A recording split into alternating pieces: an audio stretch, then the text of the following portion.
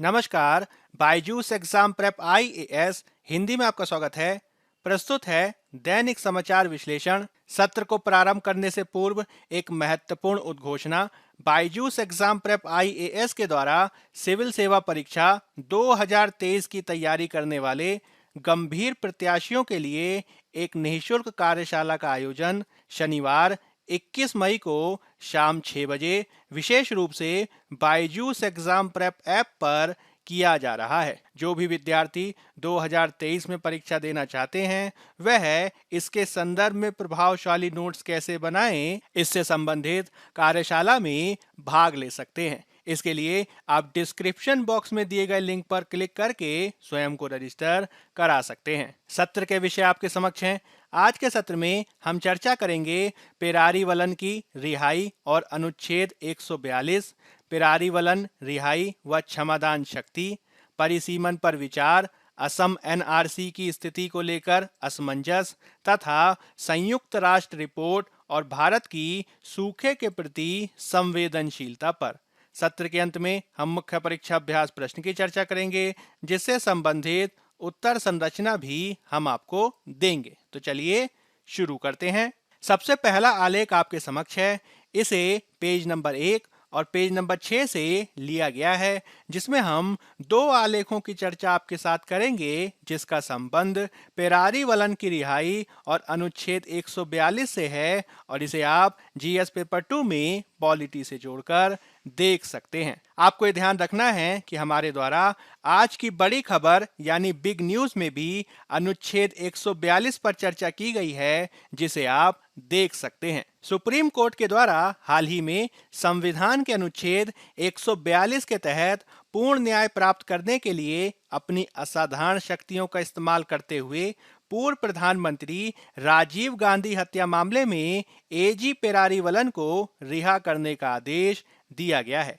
पेरारीवलन फिलहाल जमानत पर हैं।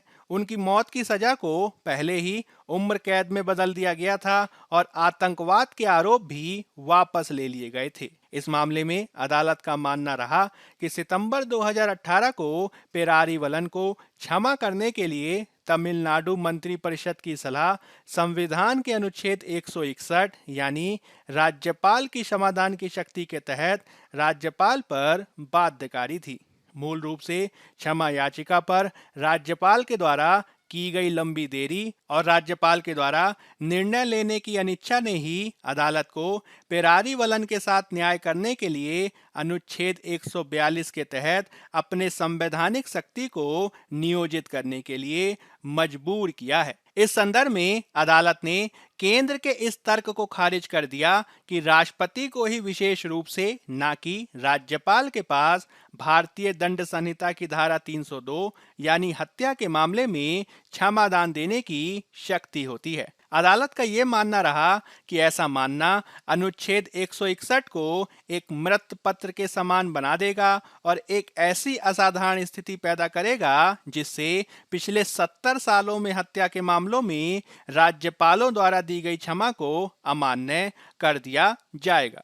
इस पूरे मामले में तमिलनाडु के द्वारा यह तर्क दिया गया कि राज्यपाल के द्वारा क्षमा याचिका के संदर्भ में राष्ट्रपति को इसका निर्णय करने के लिए संदर्भित करना संवैधानिक मान्यताओं के खिलाफ था और इसे माना नहीं जाना चाहिए था।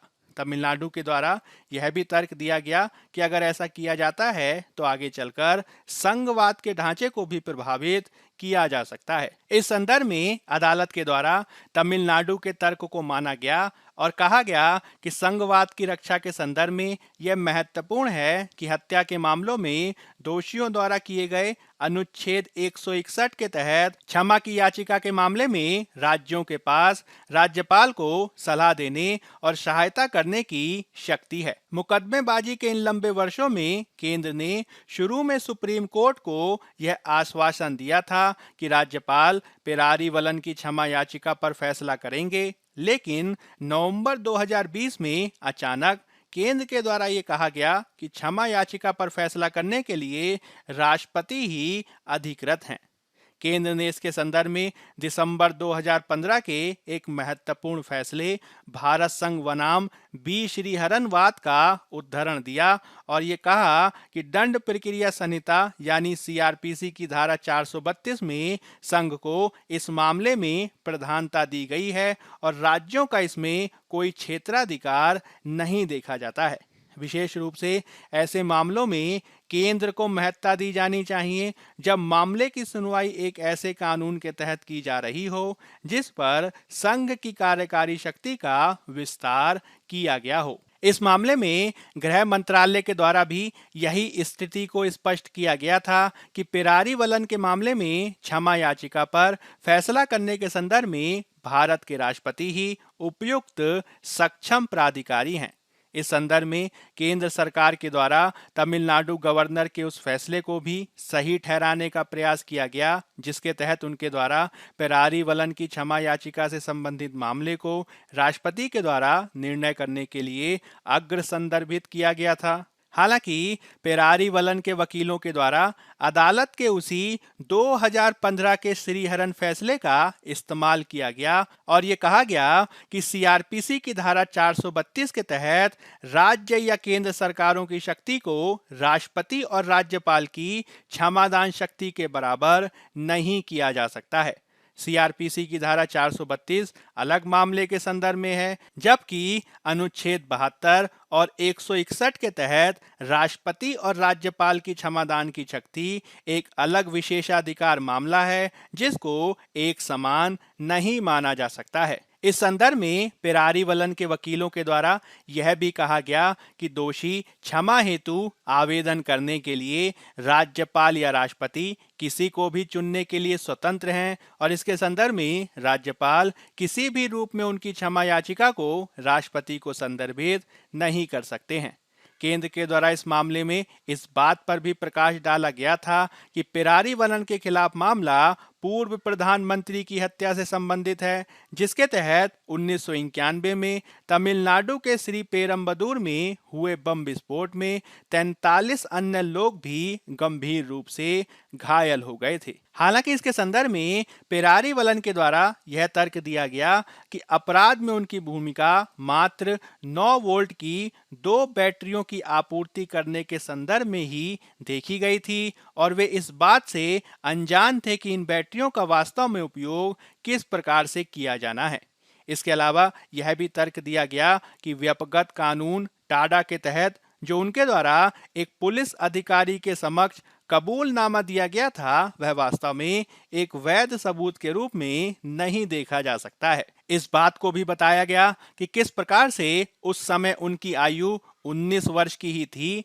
1991 से लेकर अब तक लगभग 30 साल उन्होंने अपने अपराध की सजा भोगने में ही लगा दिए हैं। मुख्य रूप से 16 साल से अधिक समय तक वह एकांत कारावास में मौत की सजा के इंतजार में रहे हैं। इन सब परिस्थितियों ने उनके स्वास्थ्य और जीवन के अधिकार को नकारात्मक रूप से प्रभावित किया है। अतः इसके संदर्भ में न्याय किए जाने की आवश्यकता है। सुप्रीम कोर्ट के द्वारा इन सभी परिस्थितियों को ही ध्यान में रखकर अंतिम रूप से निर्णय लिया गया जिसे ध्यान में रखे जाने की आवश्यकता है। हालांकि फैसले को नृशंस साजिश में दोषियों की बेगुनाही के दावों के समर्थन के रूप में नहीं देखा जाना चाहिए। इसमें यह प्रश्न भी विचारणीय है कि क्या सरकारों को जनता की राय के आधार पर छूट की सिफारिश करनी चाहिए अथवा नहीं। यदि हम इसके मामले में अनुच्छेद 142 को समझने का प्रयास करें तो आपको ये ध्यान रखना है कि अनुच्छेद 142 सुप्रीम कोर्ट को वादकारियों के बीच पूर्ण न्याय करने के लिए एक अद्वितीय शक्ति प्रदान करता है, जहां कभी-कभी कानून एक उपाय प्रदान नहीं कर सकते हैं। उन स्थितियों में न्यायालय विवाद को शांत करने के लिए इस तरीके से अपनी शक्ति के विस्तार का निर्णय दे सकता है जो मामलों के तथ्यों के अनुकूल हो और इस रूप में सर्वोच्च न्यायालय पूर्ण न्याय करने के संदर्भ में एक विशेष और असाधारण प्रकार की शक्ति को रखता है। संविधान में इस प्रकार के अनुच्छेद को क्यों शामिल किया गया, इसकी आवश्यकता को भी संविधान सभा में बताया गया था। संविधान निर्माताओं ने यह महसूस किया कि यह प्रावधान उन लोगों के लिए अत्यंत महत्वपूर्ण है जिन्हें न्यायिक प्रणाली के चलते आवश्यक राहत प्राप्त करने में देरी के कारण कष्ट भुगतना पड़ता है। विशेषज्ञों के अनुसार प्राकृतिक न्याय कानून से ऊपर है और सर्वोच्च न्यायालय भी इस अर्थ में कानून से ऊपर होगा कि उसे कोई भी आदेश पारित करने का पूरा अधिकार होगा जिसे वह उचित समझता है। इस प्रकार अनुच्छेद 142 सर्वोच्च न्यायालय को लगभग असीमित प्रकार की शक्तियां प्रदान करता है और इनके माध्यम से न्यायालय पूर्ण न्याय प्राप्त करने के लिए कार्य करता है। अब हम बात कर लेते हैं पेज नंबर 11 में दिए गए एक अन्य आलेख की, जिसका संबंध जीएस पेपर 2 में पॉलिटी से है। इसमें हम बात करेंगे पेरारी वलन की रिहाई और क्षमादान शक्तियों पर। आपको ध्यान रखना है कि हमारे द्वारा इससे पहले 15 मई 2022 के डेली न्यूज एनालिसिस में भी इसको लेकर चर्चा की गई थी, जिसे आप देख सकते हैं। पेरारी वलन की रिहाई के मामले में राष्ट्रपति और राज्यपाल की क्षमादान शक्तियों को एक बार फिर से चर्चा का विषय बना दिया है। उल्लेखनीय है कि पेरारी वलन के मामले में 2014 एक महत्वपूर्ण वर्ष रहा था, जब भारत के तत्कालीन मुख्य न्यायाधीश पी सदाशिवम के नेतृत्व में सर्वोच्च न्यायालय के 3 न्यायाधीशों की पीठ ने पेरारी वलन और अन्य 2 लोगों की मौत की सजा को उम्र कैद की सजा में बदल दिया और इस फैसले में एक महत्वपूर्ण टिप्पणी की कि राष्ट्रपति और राज्यपाल जैसे शीर्ष संवैधानिक प्राधिकरणों को संवैधानिक अनुशासन की सीमा के भीतर और शीघ्र तरीके से अनुच्छेद 72 और 161 के तहत अपनी क्षमादान शक्तियों का प्रयोग करना चाहिए। उल्लेखनीय है कि पेरारी वलन को 1991 में सीबीआई के द्वारा राजीव गांधी हत्याकांड के षड्यंत्र में पकड़ा गया था। 1998 में उनको टाडा अदालत के द्वारा 26 व्यक्तियों के साथ मृत्यु की सजा दी गई। सुप्रीम कोर्ट के द्वारा 1999 में पेरारी वलन की मौत की सजा के टाडा अदालत के फैसले को भी बरकरार रखा गया था। अदालत ने आगे चलकर उनकी पुनर्विचार याचिका भी खारिज कर दी। तमिलनाडु के राज्यपाल के द्वारा भी उनकी दया याचिका को खारिज कर दिया। तत्पश्चात पेरारी वलन के द्वारा राष्ट्रपति को दया याचिका सौंपी गई थी। हालांकि राष्ट्रपति ने उनकी दया याचिका को खारिज करने में पूरे 11 साल लगा दिए थे। याचिका पर निर्णय करने के संदर्भ में 1 दशक से अधिक समय लेने के खिलाफ पेरारी वलन के द्वारा मद्रास उच्च न्यायालय में रिट याचिका दाखिल की गई, जिसके तहत उनके द्वारा तर्क दिया गया कि वे प्रतीक्षा के हर दिन जीवन और मृत्यु के बीच झूल रहे थे। पेरारी वलन और अन्य के द्वारा मद्रास हाई कोर्ट में लगाई गई याचिकाओं को बाद में सुप्रीम कोर्ट में ट्रांसफर कर दिया गया, जिसके संदर्भ में 2014 में सुप्रीम कोर्ट के द्वारा फैसला किया गया था। 2014 के फैसले में इस बात को स्पष्ट किया गया कि किस प्रकार से दोषियों की दया याचिका पर फैसला करने के लिए कार्यपालिका के हाथों अत्यधिक देरी हुई है। इससे अनुच्छेद 21 के तहत याचिकाकर्ताओं के मौलिक अधिकारों का उल्लंघन हुआ है, जिसके चलते उनके मृत्युदंड को उम्र कैद की सजा में बदल दिया गया था। बेंच के द्वारा इसके संदर्भ में सुप्रीम कोर्ट के द्वारा पहले दिए गए एक मामले शत्रुघ्न चौहान वाद को भी संदर्भित किया गया, जिसमें इस बात पर सहमति जताई गई थी कि किस प्रकार से दया याचिका के संदर्भ में होने वाली देरी एक यातना के समान देखी जा सकती है। 2014 के केस में मुख्य न्यायाधीश सदाशिवम के द्वारा यह भी टिप्पणी की गई कि यदि दया याचिकाओं के संदर्भ में कानून द्वारा निर्धारित प्रक्रिया का शब्दशः पालन किया जाता है तो अनुच्छेद 72 अथवा 161 के तहत दया याचिकाओं का निपटारा अब की तुलना में बहुत तेजी से किया जा सकता है। क्योंकि दया याचिकाओं के निपटान के लिए राष्ट्रपति अथवा राज्यपाल के लिए कोई समय सीमा निर्धारित नहीं की गई है, अतः सरकारों को लोकतंत्र की संस्था में लोगों के विश्वास को फिर से मजबूत करने के लिए अधिक व्यवस्थित तरीके से काम किए जाने की आवश्यकता है। 2022 के पेरारी वलन मामले में भी न्यायमूर्ति नागेश्वर राव के द्वारा इस समान संदेश को ही दोहराया गया है। इसके तहत इस बात को इंगित किया गया कि अनुच्छेद 161 के तहत व्यक्तियों की स्वतंत्रता से संबंधित याचिकाओं को देखते हुए दया याचिका निपटान में हुई असामान्य देरी अक्षम्य है, क्योंकि यह कैदियों के लिए प्रतिकूल शारीरिक परिस्थितियों और मानसिक संकट में योगदान देता है। अतः इसके संदर्भ में बंदी के जीवन के अधिकार और उसकी गरिमा को भी ध्यान में रखे जाने की आवश्यकता है। अब हम बात कर लेते हैं पेज नंबर 6 में दिए गए एक अन्य आलेख की, जिसका संबंध जीएस पेपर 2 में पॉलिटी से है। इसमें हम बात करेंगे मुख्य रूप से परिसीमन पर विचार पर। हाल ही में परिसीमन लगातार चर्चा का विषय बना हुआ है।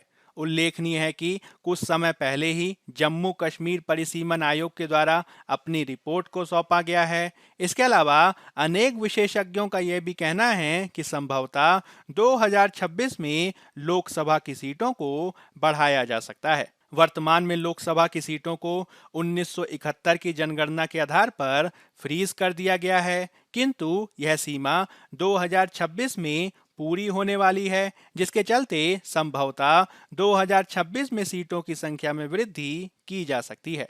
भारत सरकार के द्वारा जो नवीन संसद भवन बनाया जा रहा है, वह भी भविष्य में लोकसभा आदि में होने वाली सीट वृद्धि के संदर्भ को भी ध्यान में रखकर बनाया गया है। इस पृष्ठभूमि में यदि हम इस बात पे विचार करें कि परिसीमन क्या होता है, तो इसके संदर्भ में आपको ये ध्यान रखना है कि परिसीमन का अर्थ है जनसंख्या में परिवर्तन का प्रतिनिधित्व करने हेतु किसी देश में क्षेत्रीय निर्वाचन क्षेत्रों की सीमा तय करने का कार्य या प्रक्रिया। इसके अंतर्गत विभिन्न कारणों के चलते इस प्रक्रिया को किया जाता है, जैसे कि जनसंख्या के समान वर्गों को समान प्रतिनिधित्व प्रदान करना, भौगोलिक क्षेत्रों का उचित विभाजन ताकि चुनाव में एक राजनीतिक दल को दूसरों पर लाभ न हो, और एक वोट एक मूल्य सिद्धांत का पालन करना। इसके अंतर्गत अनुच्छेद 82 के तहत संसद प्रत्येक जनगणना के बाद एक परिसीमन अधिनियम बनाती है।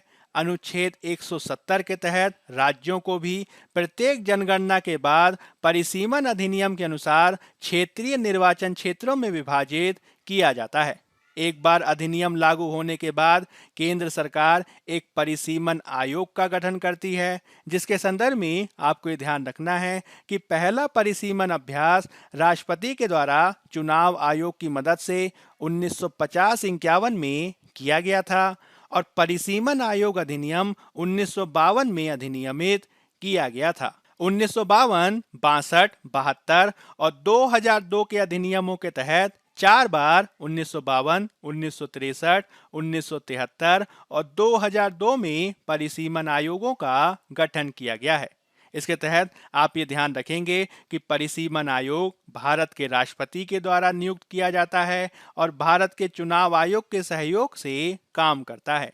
इसमें सुप्रीम कोर्ट के सेवानिवृत्त न्यायाधीश के अलावा मुख्य चुनाव आयुक्त और संबंधित राज्य के चुनाव आयुक्त की भूमिका देखी जाती है। इसके द्वारा मुख्य रूप से सभी निर्वाचन क्षेत्रों की जनसंख्या को लगभग बराबर करने के लिए निर्वाचन क्षेत्रों की संख्या और सीमाओं का निर्धारण किया जाता है। अनुसूचित जातियों और अनुसूचित जनजातियों के लिए आरक्षित सीटों की पहचान की जाती है, जहां उनकी जनसंख्या अपेक्षाकृत अधिक हो। इसके अलावा यदि आयोग के सदस्यों के बीच मतभेद देखा जाता है, तो इसमें बहुमत की राय को माना जाता है।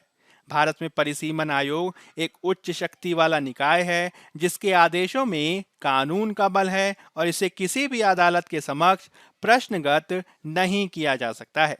आपको ध्यान रखना है कि 2009 के आम चुनावों में कुल 543 संसदीय क्षेत्रों में से 499 नए सीमांकित निर्वाचन क्षेत्र थे। हालांकि परिसीमन के समक्ष कुछ समस्याएं और सीमाएं भी विद्यमान हैं, जो आपको पता होनी चाहिए। जैसे कि जो राज्य जनसंख्या नियंत्रण में कम रुचि लेते हैं, उन्हें संसद में अधिक संख्या में सीटें मिल सकती हैं। इससे परिवार नियोजन को बढ़ावा देने वाले दक्षिणी राज्यों को अपनी सीटें कम होने की संभावना का सामना करना पड़ सकता है।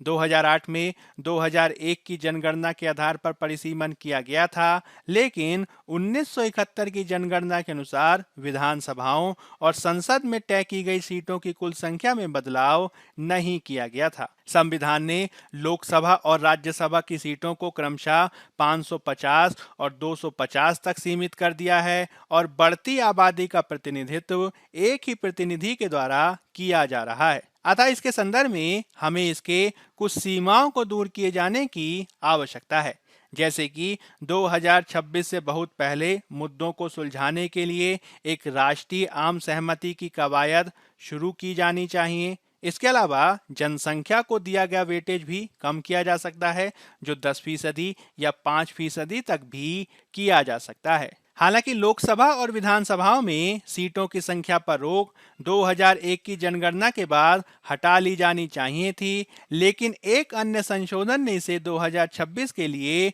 स्थगित कर दिया है।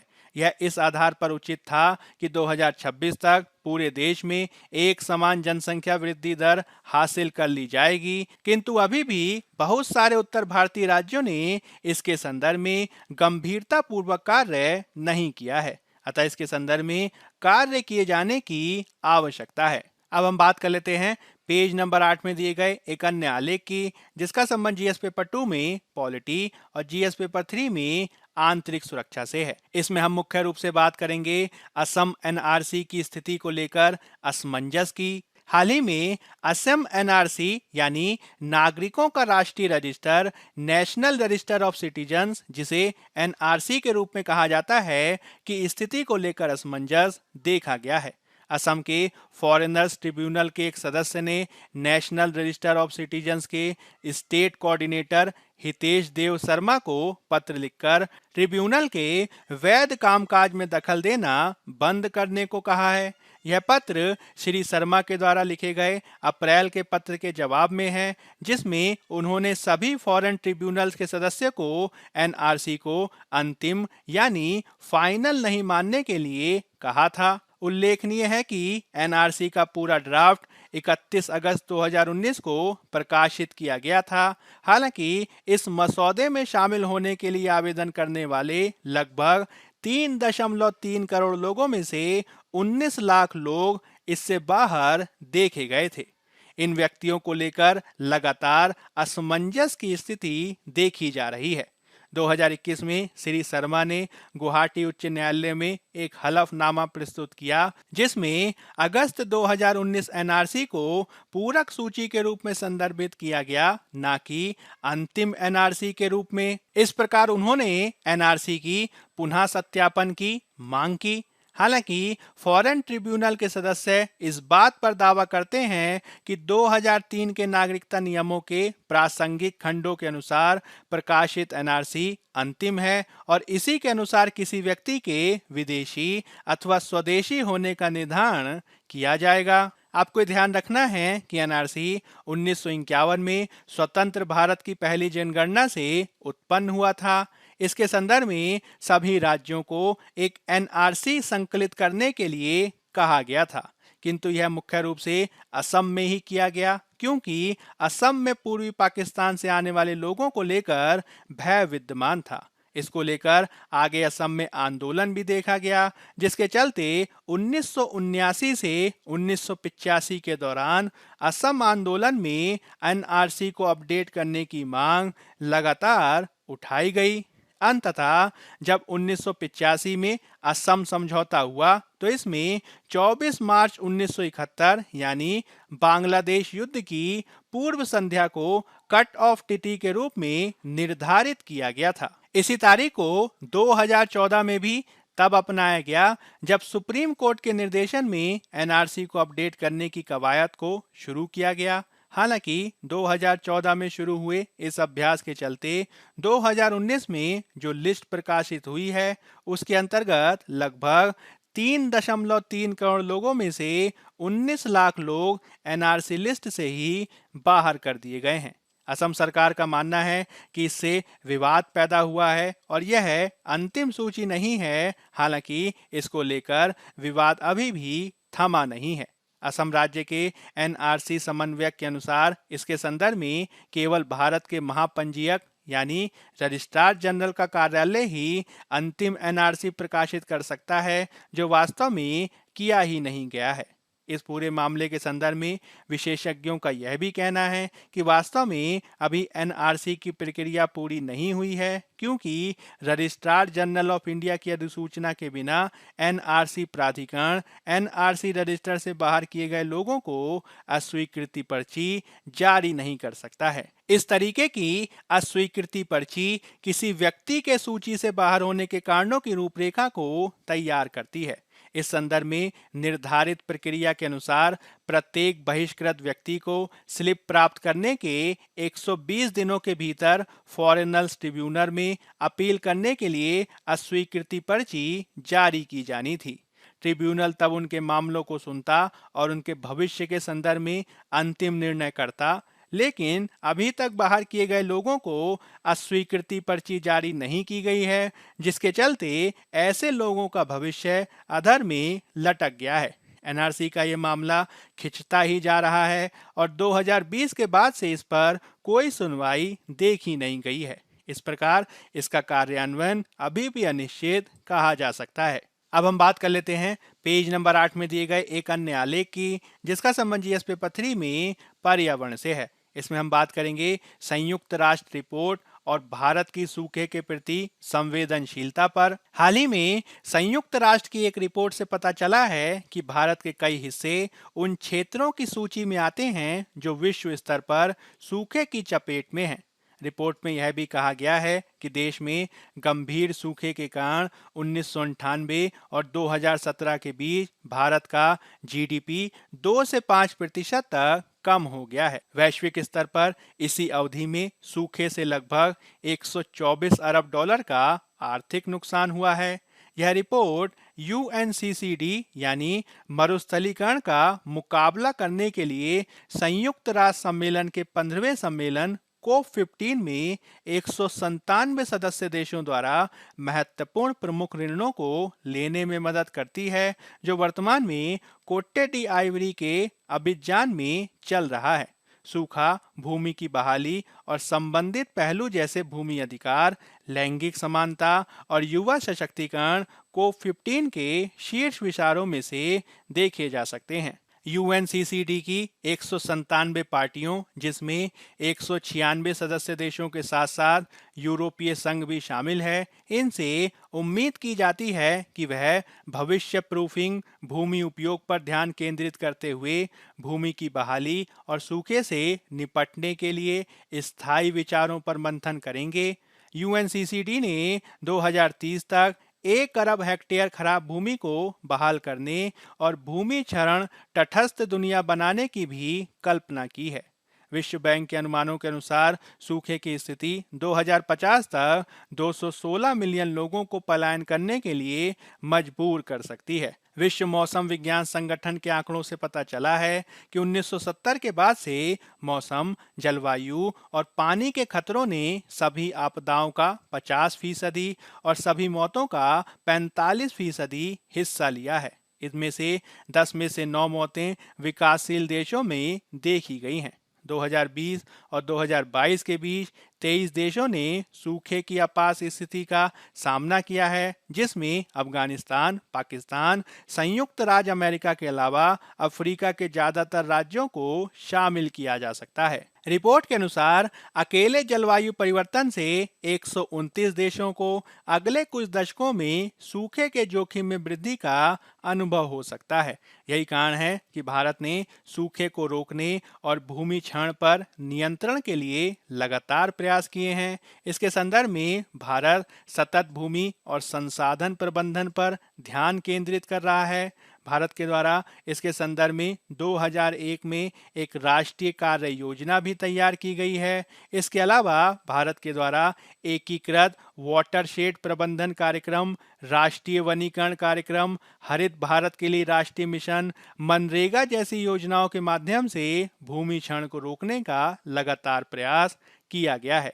हालांकि लगातार देखा जा रहा असामान्य तापमान और जलवायु परिवर्तन भारत के लिए स्थितियों को और गंभीर कर सकता है, जिसको समझते हुए अभी से ही कार्य किए जाने की आवश्यकता है। अब हम बात कर लेते हैं मुख्य परीक्षा अभ्यास प्रश्न की। पहला प्रश्न है, अनुच्छेद 142 सुप्रीम कोर्ट को वादकारियों के बीच पूर्ण न्याय करने के लिए एक अद्वितीय शक्ति प्रदान करता है, जहां कभी कभी कानून एक उपाय प्रदान नहीं कर सकते हैं।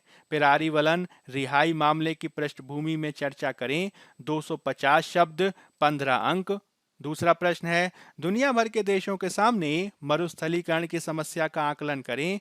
भारत में इस समस्या से निपटने के लिए क्या कदम उठाए गए हैं। 150 शब्द, 10 अंक। पहले उत्तर की संरचना की भूमिका में आप अनुच्छेद 142 का सामान्य परिचय देंगे और इसके मुख्य भाग में आप अनुच्छेद 142 के हाल में चर्चा में रहने के कारण को स्पष्ट करेंगे। सुप्रीम कोर्ट के पेरारीवलन वाद की व्याख्या करेंगे और इसके संदर्भ में उपयुक्त सुझावों को भी देंगे। अंत में आप एक उपयुक्त सकारात्मक निष्कर्ष प्रस्तुत करेंगे और इस रूप में आपका उत्तर पूर्ण होगा। दूसरे उत्तर की संरचना की भूमिका में आप मरुस्थलीकरण का सामान्य परिचय देंगे और इसके मुख्य भाग में आप दुनिया भर में देशों के सामने आने वाली मरुस्थलीकरण की समस्या को आंकड़ों के साथ स्पष्ट करेंगे। इसके संदर्भ में संयुक्त राष्ट्र की हालिया रिपोर्ट की व्याख्या करेंगे और भारत के द्वारा मरुस्थलीकरण आदि से निपटने के संदर्भ में उठाए गए कदमों को भी स्पष्ट करेंगे। अंत में आप एक उपयुक्त सकारात्मक निष्कर्ष प्रस्तुत करेंगे और इस रूप में आपका उत्तर पूर्ण होगा। बायजूस एग्जाम प्रेप IAS के आज के अंक में फिलहाल इतना ही। धन्यवाद।